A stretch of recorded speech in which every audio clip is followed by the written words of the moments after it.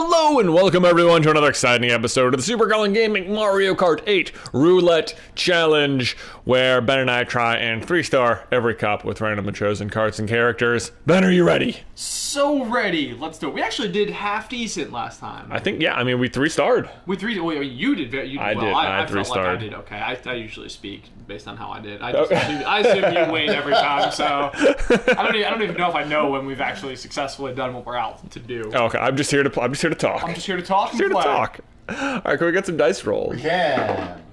22. All right, so 7, 14, 21, Toad. All right, I like Toad. 27, 14, 1. I used to pick King Boo. Yeah, this is like your guy. Yeah. 24. 24. Hey. Button. Oh, okay. Button wheels. Oh man, I look just so cool. So Look at that cool. sunflower. Very earthy. Yeah. 2. Kind of like an organic. Ooh, okay. I feel like I've had this card recently. Like- 6. Okay. It looks so shiny. 25. Oh no. Okay. Yeah. Yeah, parasol. All right, real All right. King Booish. I think it's a pretty even card, if nothing else. It's certainly pretty. End of sentence. End of sentence. End of sentence. All right. All right. So I think we've done the shell cup and the mushroom cup.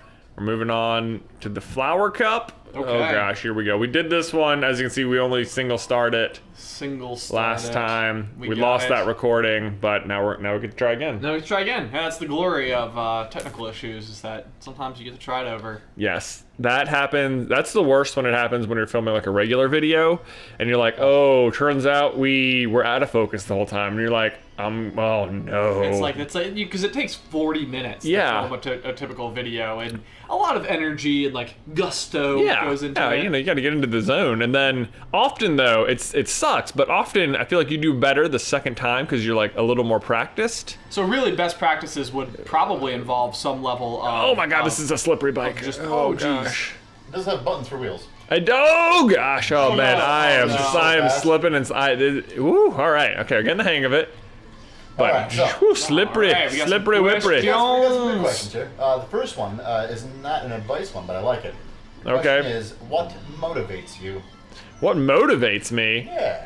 Dang. Not having to work is what motivates me for sure. Which So sounds you yeah. work so that you don't have to work. Exactly. It's a weird process, but so like okay.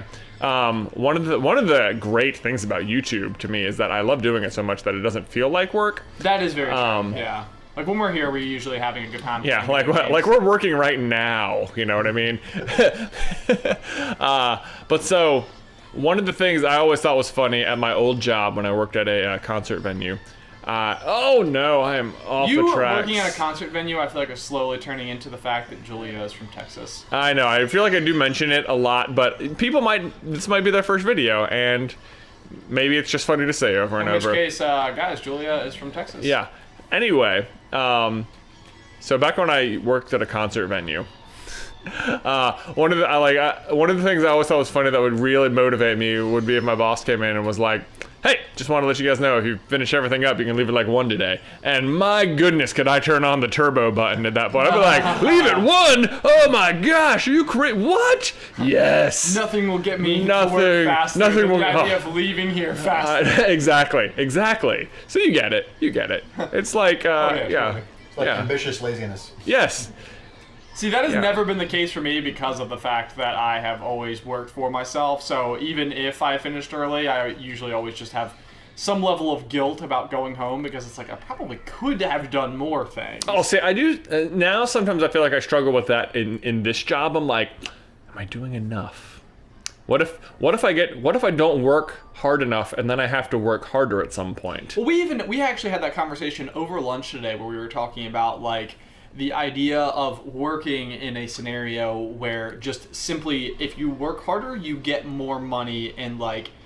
I think the actual example we gave was the idea of if there was such a thing as like a bike farm for energy, and if you had no qualifications necessary, we always need energy. If you could just show up and bike, on And like a earn stationary money. bike, you earn money. And if you bike harder, you earn more money. And if you bike less hard, you earn less money. And it's like, But it's just anyone can come and do it. Oh my gosh, you at winning? any point in time. Yeah. Oh my gosh, I'm winning. Oh, well, I might stop. Oh my god. Nah, Maybe this is one of those things where it's like when you're so focused on the conversation, your fingers just sort of like use muscle memory and like do the things you want them to. Maybe I'm not like oversteering or anything. Yeah. What were we talking about though? Working. The bike analogy and such. Why was I talking about that though? Talking about Whether or not you- conversation at lunch and like earning more to make more, having that Oh. direct correlation. Right. Because I do think at the end of the day, that is one of the things that can motivate people above all else is the idea of working harder yields more reward. Which is a very difficult thing in the world where people want like stability and a salary, and they want to be able to show up and know that they're going to make. I think for the most part in the real world, the working harder like does pay off more. Like certainly there are jobs where it doesn't, but like if you like work hard, often you're the person who gets promoted. Oh, okay, sorry. So no, I actually know where I was going with that though. But like on some level with Super Carlin Brothers, once upon a time, it was like an enormous amount of work, and we didn't get paid anything. Oh, that's true. You know, it was like there was zero payout involved with it. It was just something that we did because we hoped maybe one day it would go that way. So it wasn't like if I spent 20 hours on a video, all of a sudden there was going to be more reward because I spent more time and researched it better. It's like without the audience, the video can be as good as it can be without anything extra happening. Yeah, so the irony of my own statement is that like saying you want to work harder so you don't have to work is that it often involves that an enormous amount of work, like to get to that point. So like YouTube, like that was like if this works, it means I'm gonna get to do this really fun thing. Oh, at the line. But in the meantime, it meant that I had to come home from my full-time job and start at my second non-paying part-time YouTube dream. Yeah, dream, and it was like that wasn't less work at all, Right.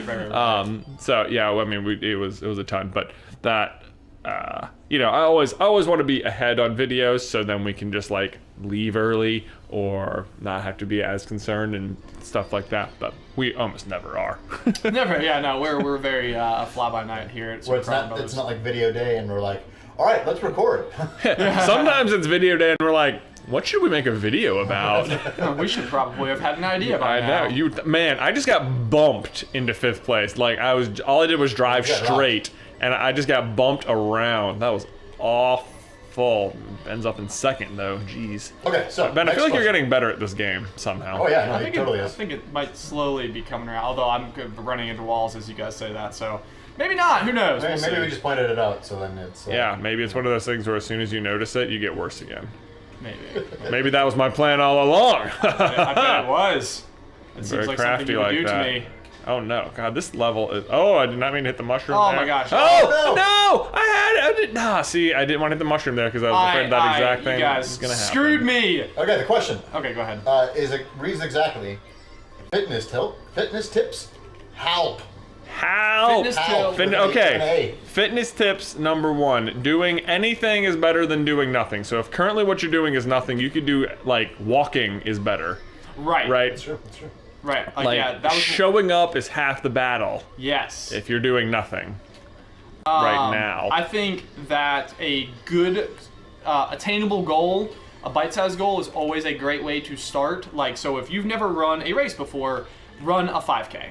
Yes. And I guarantee you the sense of accomplishment you get at the end of that race and the feeling of coming down a finishing chute and having people cheering and just being involved in an atmosphere that is positive will make you addicted to chasing that Yes, feeling. I know we talked a lot about running in the last episode because that's what we're just familiar with. Yes. So my wife was never much of like one to do much working out in her whole life, and we have a local like running store here Called Fleet Feet. called Fleet Feet. You might have one in your area. Oh no.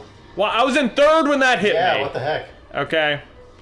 That was some BS, and now we just lost the whole freaking thing on the last race. And I'm unhappy. But anyway, so she went to a Fleet Feet, and they had a bunch of running programs there. And she was like trying to do like, couch to 5K stuff. And she started doing it, and she just loved it because she got to like meet a bunch of other people who were sort of in her situation. And it's like she just I mean, she's like redefined herself as like a runner. She redefined herself as a person. Like as a person by doing this. Like, Yeah, unbelievable. that was the type of thing. And like so many people are like, oh well, like I'm not really like the fitness type or whatever. And it's like I feel like I can always look to Beth and it's like she was not the fitness type. She was not a fitness type. She was in band in high school, and I think even being around us made her less of a fitness type because we were always just so extreme with it. So I think that they like identified against the idea. Like anybody can be a fitness person. Like this is not something that is reserved for people who are already fit. Right. Like don't think of like the jocks in your high school that you hated so much because they were all like wearing, I don't know, they say words like gains and stuff like that. Yes. Like you can get into it. If you lift weights, you will get stronger. Very true. Your body doesn't care that you did marching band, you know?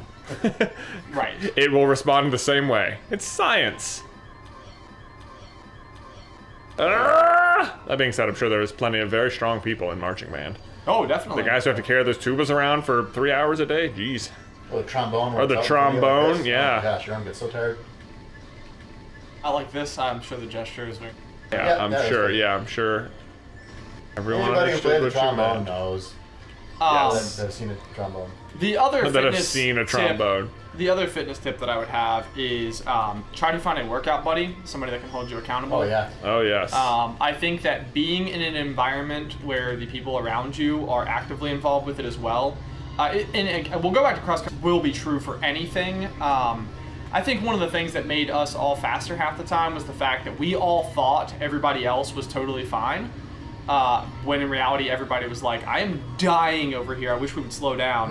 Right. But like everybody was thinking, I am dying over here, I wish we would slow down. And it was always super funny to me because I don't think we learned until well after college that everybody had been sharing this same sentiment towards the situation. Like I just always assumed that all of the other guys on the team were just a bit more fit, or had done more training in the off season or whatever the case may be in order to find themselves in the position they were in at that very moment. When very much in reality, Ben, don't get last. I'm not getting last. But almost. But that's why I say if you have a fitness buddy, because you may at that point be like, oh well, they're showing up, so I have to show up. That is true. Accountability is the hard thing. Yeah. Yep. So there you go. Find yourself a fitness buddy. Pick something for you guys to do. Yeah, pick a goal. Sign up for a race. Have that monetary commitment to it. Where it's like, we're talking $30 to sign up for a 5K. I mean, it doesn't have to be anything major, but like, just pick something that you can attempt to do that you've never been able to do before. There you go. Let us know how it goes. Please do. Yeah, I can't wait to hear all of everybody's success stories. Yeah. So we didn't 3-star it again. Speaking of success stories. Speaking of unsuccessful stories, we only single-starred this race. How do you just ace those other 3 and then? It was a single mushroom smash at the wrong time. Yeah. I got slammed by the hammer and just couldn't recover. It was a real bummer. But thank you guys for watching. Please remember to like this video if you haven't already, and subscribe so you don't miss any future Mario Kart action from us. If you have any questions for us or need advice on how to get fitness started or whatever, let us know in the towel section down below. And we will see you next time. Bye. Let's go.